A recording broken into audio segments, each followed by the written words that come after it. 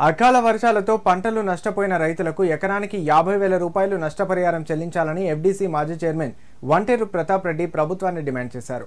సిద్దిపేట జిల్లా గజ్వేల్ పట్టణంలోని క్యాంపు కార్యాలయంలో నిర్వహించిన మీడియా సమావేశంలో ఆయన మాట్లాడారు.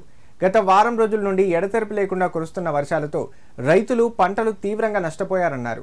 అధికారులు క్షేత్రస్థాయిలో పర్యటించి పంట నష్టం వివరాలను సేకరించి రైతులను ఆదుకోవాలని ఆయన ప్రభుత్వాన్ని విజ్ఞప్తి చేశారు. అధిష్టానం ఆదేశాలతో ప్రతి గ్రామంలో బీఆర్ఎస్ నేతలు రైతులకు ధైర్యంగా అండగా ఉండాలని ఆయన అన్నారు.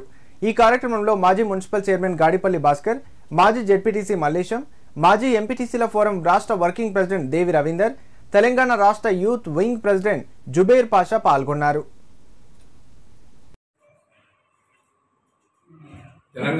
ఉత్తర తెలంగాణ ప్రాంతంలో విపరీతంగా వర్షాలు వచ్చి దాదాపుగా 700 సెంటీమీటర్ల వర్షం మన ప్రాంతంలో కురిసింది.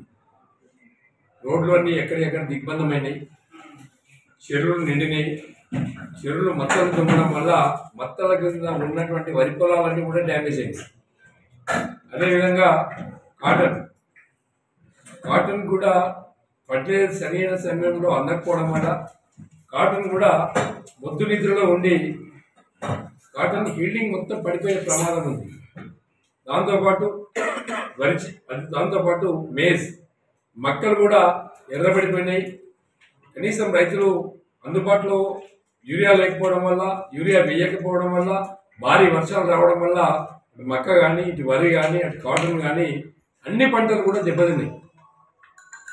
వాటికి నష్టపరిహారం మినిమం ఒక 25,000 రూపాయల నష్టపరిహారం ఇవ్వాలని చెప్పి ప్రభుత్వానికి మేము విజ్ఞప్తి చేస్తున్నాం. అదేవిధంగా రాష్ట్రంలో రైతాంగం పట్ల ప్రభుత్వం మొద్దు నిద్రలో ఉంది.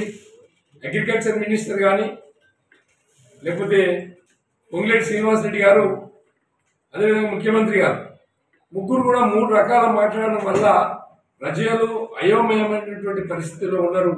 దాన్ని ప్రజలు వారి ఇబ్బందుల్ని కూడా గ్రహించలేని పరిస్థితుల్లో ఈ ప్రభుత్వం ఉంది.